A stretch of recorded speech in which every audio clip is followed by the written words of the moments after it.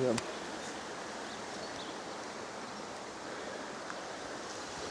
Well,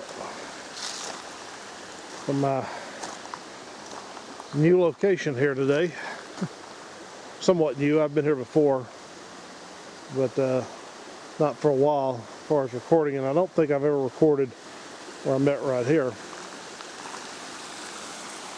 Now where I'm at here, you can see there's some picnic tables. There's a walking bridge, a little stream under it. I'll show you something else here too.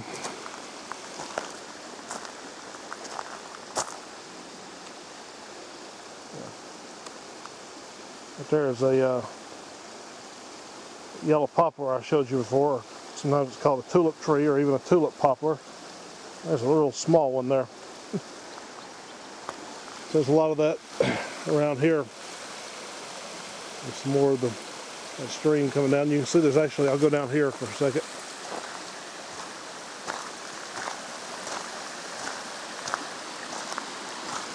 And this one this has got some man-made stuff here besides just the bridge.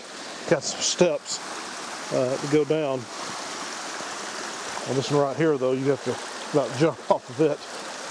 But you can see here, see the stream going under the bridge. Right there you can see another one where there's a stream right there coming into this one.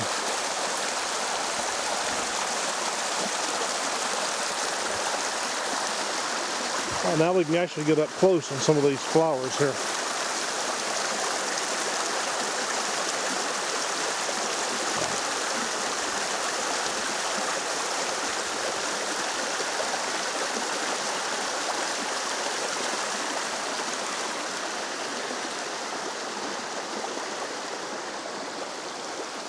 Let me walk down here. I believe we have some dogwood trees, and I've been showing them at a distance.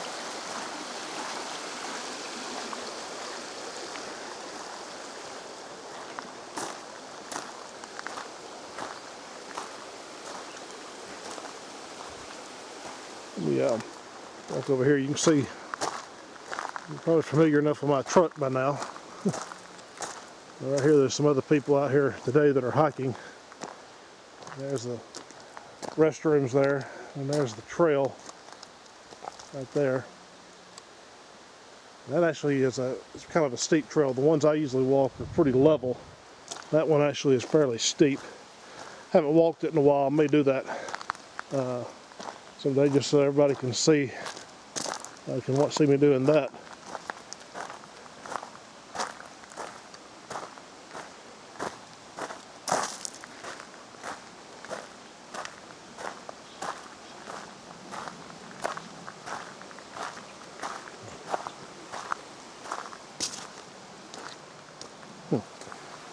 We have a trail here actually.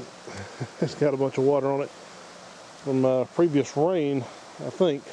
It's flowing down. I can see it's kind of where it's coming from. I can kind of walk around it here.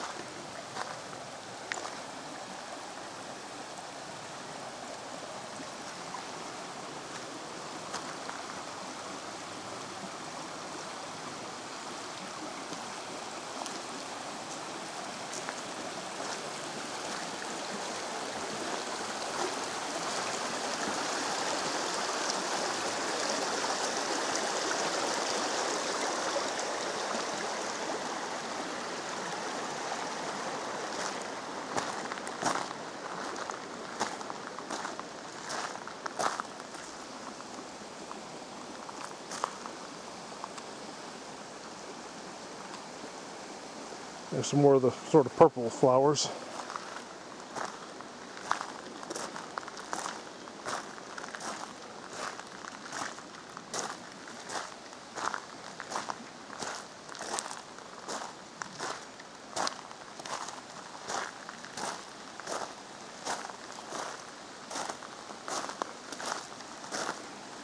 Now right here's a dogwood tree. It's about as close as I can get to one there.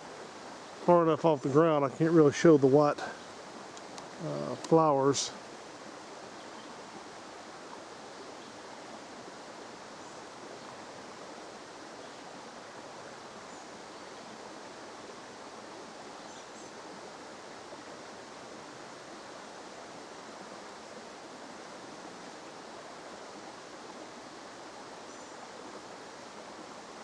Oh, there we go. But you can kind of see them at a distance here.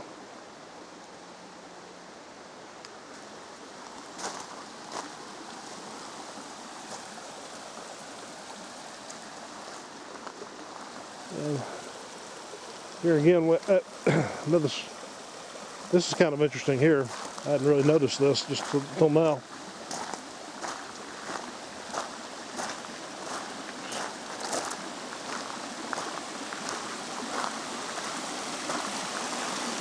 Is that right up here? The stream comes and it separates. I don't know if you can see it up there, but you can see the one that comes down this way. But over there, somewhere up in there, you can see it too. If I get a little bit closer to it.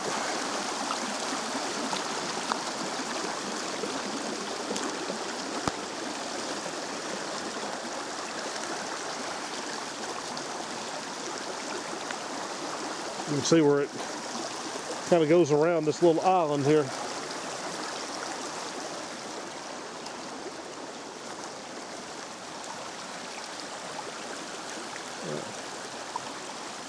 I'll show it from the back side here.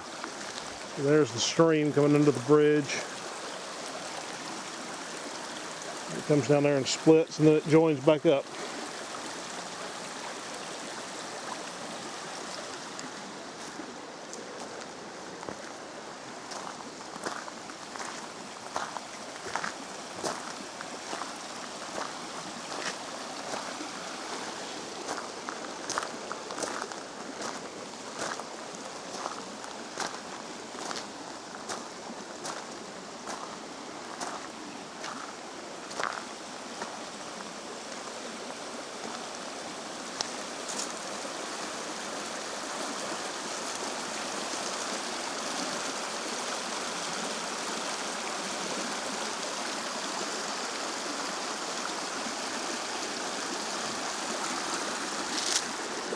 Now, aside from all the greenery and the flowers, there's something else here today that I haven't had to deal with in quite a while. It's the one positive thing of being out in the wintertime.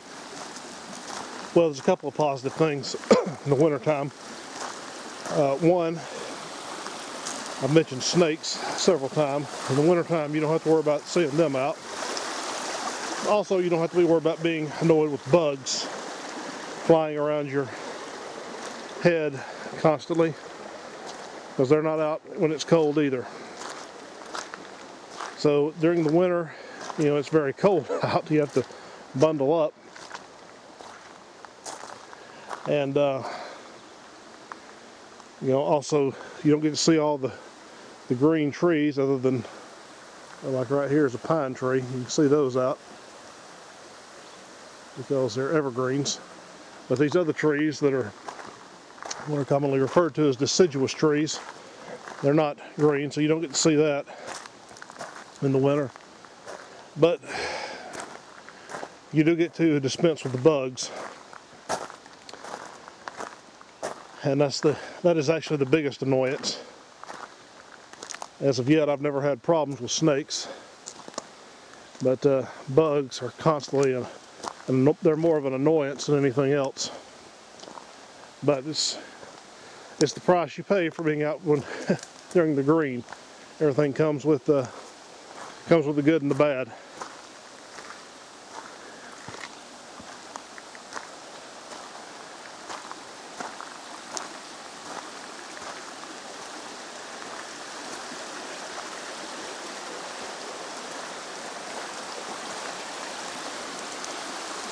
I don't really know if the camera does justice how beautiful this is up here.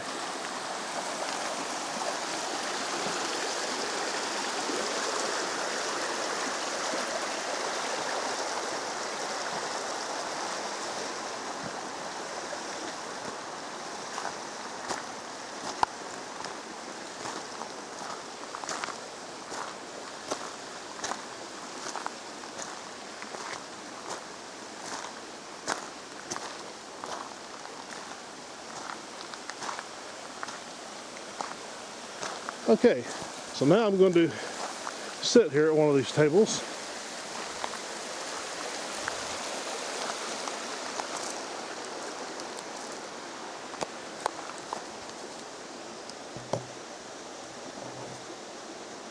And I may have to adjust the camera.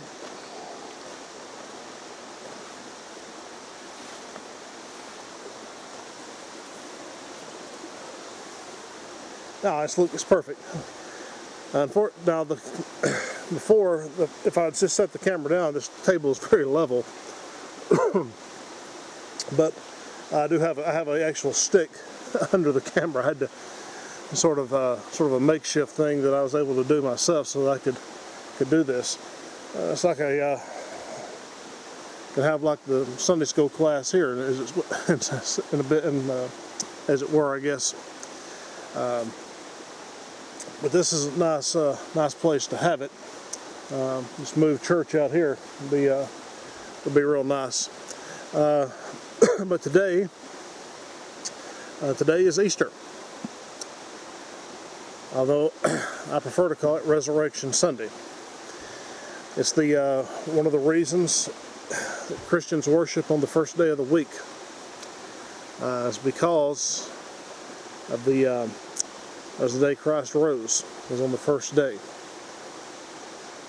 I don't know what the total significance behind that is, the fact that he rose on the first day, but some early church fathers spoke of it this way. They called it just the first day of the week, but they referred to it as the 8th day. 8th, as in the number 8, TH. The 8th day after the 7th, before the 9th. As the 8th day of the week. There are 7 days in a week, of course. On the original creation, we have God resting on the 7th day. He completed everything in 6 days, rested on the 7th day. That's in Genesis 1 and the first part of Genesis 2 speak of that. And some of the early church fathers spoke of the of resurrection as the 8th day. After God rested, this was the new, because this is the new creation. This is the beginning of that, or if you will, of recreation, of this beginning of the end of the curse that had come into the original creation, when as sin brought death into the world, Jesus comes back from the dead and brings life. So some have referred to that as the 8th day, but that's why Christians worship on the first day of the week. At least for most of them. It's not actually commanded in the New Testament. It's just more mirrored. It mentions in Acts that they met on the first day, and Paul mentions in 1 Corinthians about them meeting on the first day. So it was more modeled than it was commanded. It's not actually commanded that Christians meet on the first day, but we typically do call it the Lord's Day. So that's the reason why, is because that was the day of the resurrection, and so that's why we meet to worship on the first day of the week, or why that day is considered special. It's because that's the day that Jesus rose. And of course, there's the old tradition as well of a statement on Easter, but it can be said on any day: Christ is risen, with the response, He is risen indeed. Christ is risen. He is risen indeed. That's the celebration of Easter, is that Christ has come back to life. Death has been defeated, and life is now given. Death was, interestingly enough, defeated through death. And His resurrection shows that death indeed has been defeated, because He's come back to life. Death has been defeated, sin has been defeated, and now life is given. And I want to read to you today from the 20th chapter of the Gospel of John.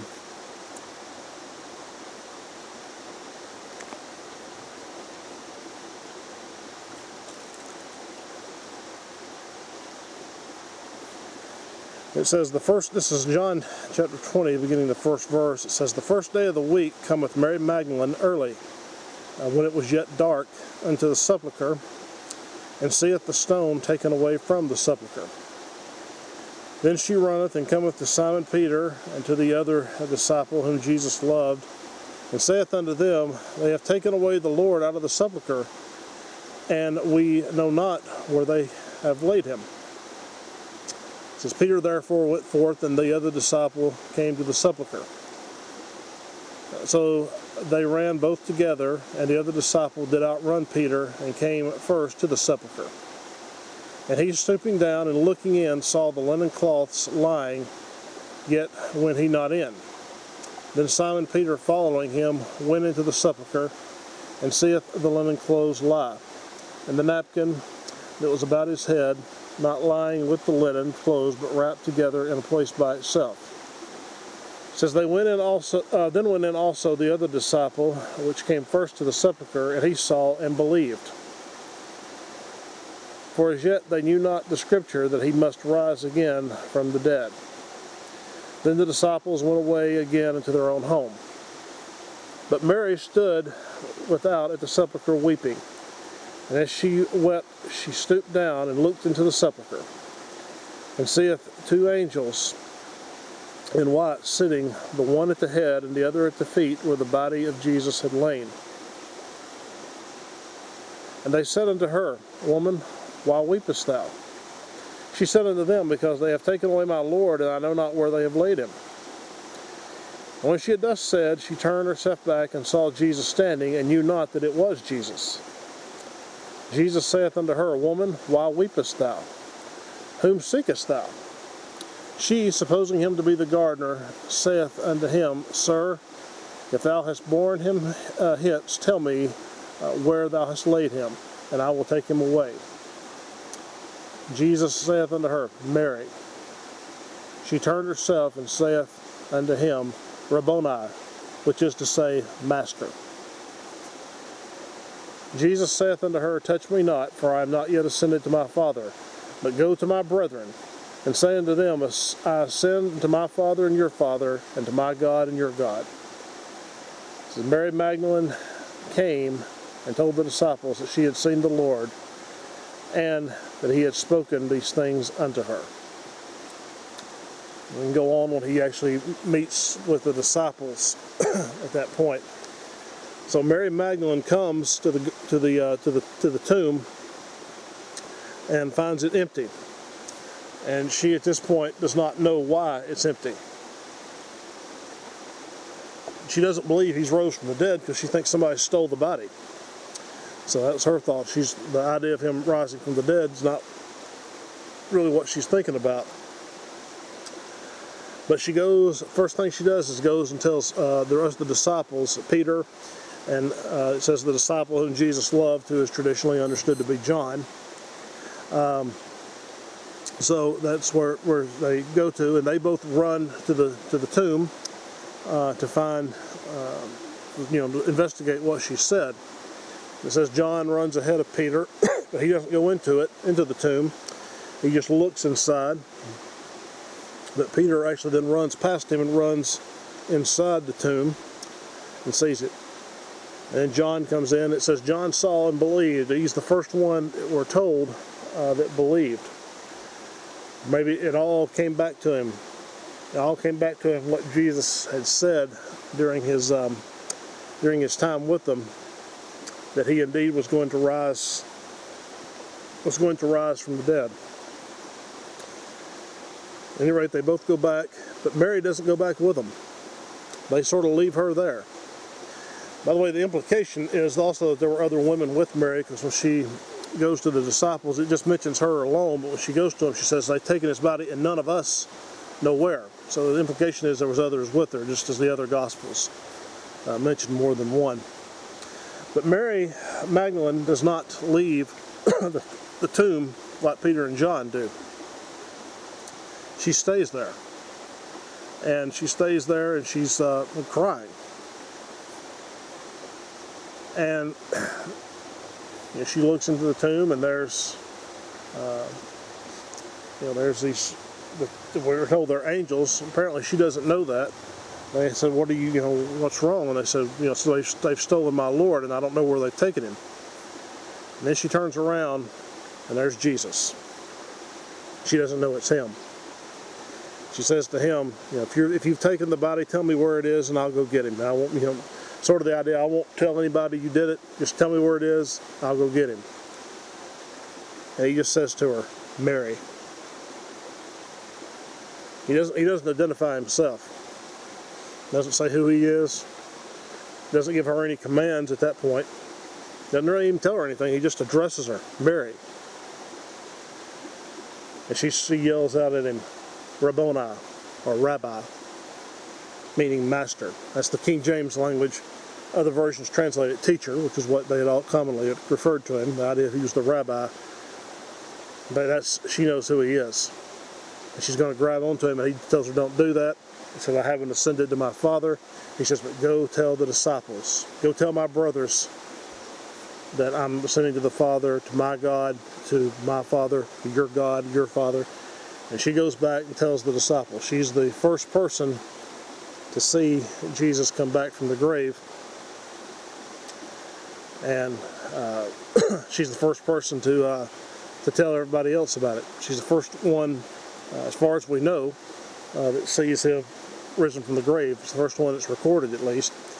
And she goes, and she's the first one who witnesses to everyone else, to tell them what had happened whenever she saw him, just doing exactly as he commanded. It's kind of interesting just thinking of the devotion that Mary has, even though she doesn't even believe in the resurrection yet. And apparently Peter didn't either, because John seems to be the only one that has. But nevertheless, she's devoted to him because she came there. There were ceremonies that would be done for the dead, as far as the wrapping them in spices and so forth. And she came there, no doubt, to do that. And she finds him gone. But nevertheless, we see a devotion that she has to him there. But an interesting thing here is what was going to happen as a result of this. And this is in all the stories in the Gospels. Is on this day, when what they saw, everything changed for them.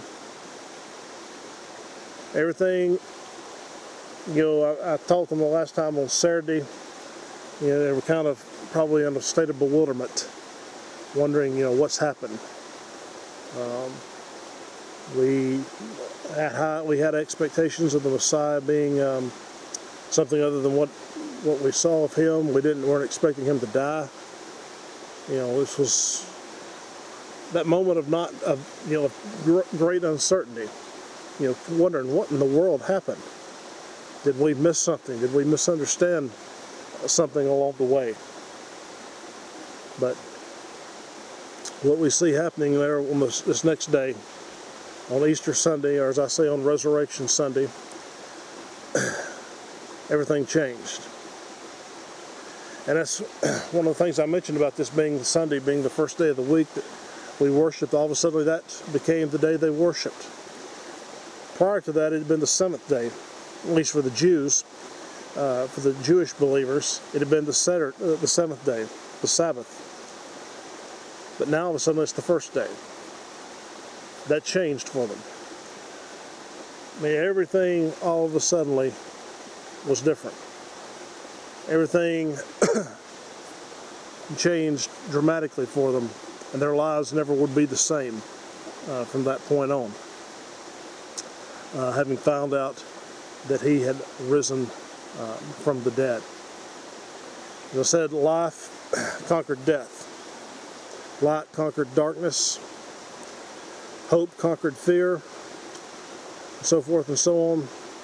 Because the sinless one conquered sin.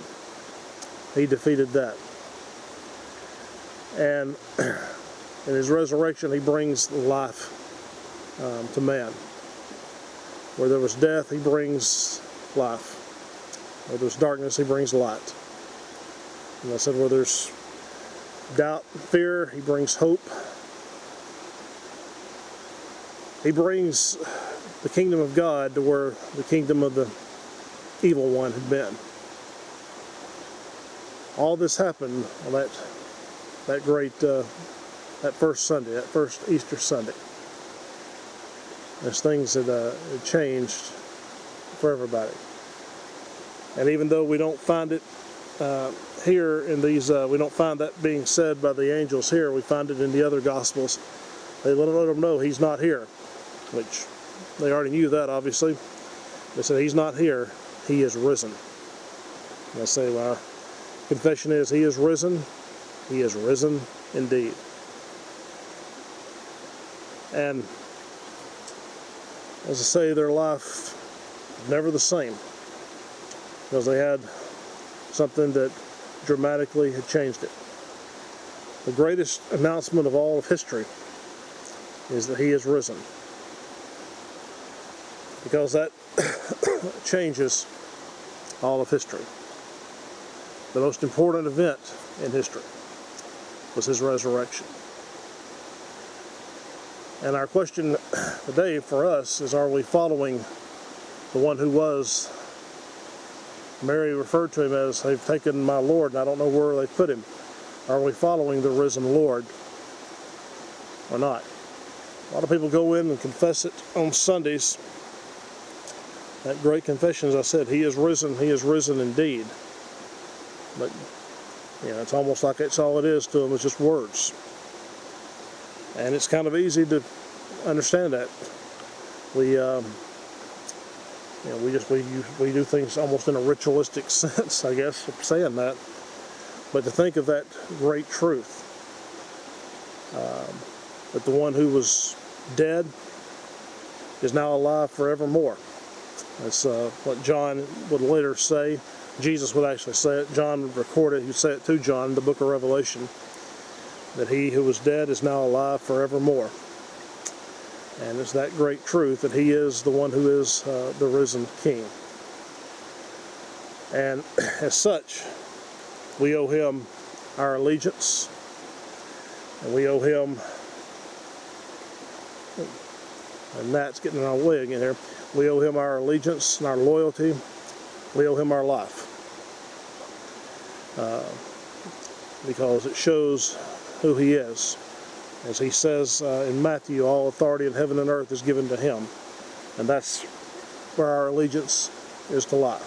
Not to us, not to any other man, not to any philosophy or system of this world, but to a man, to the risen Lord and King, the King of Kings and Lord of Lords, the Lord Jesus Christ.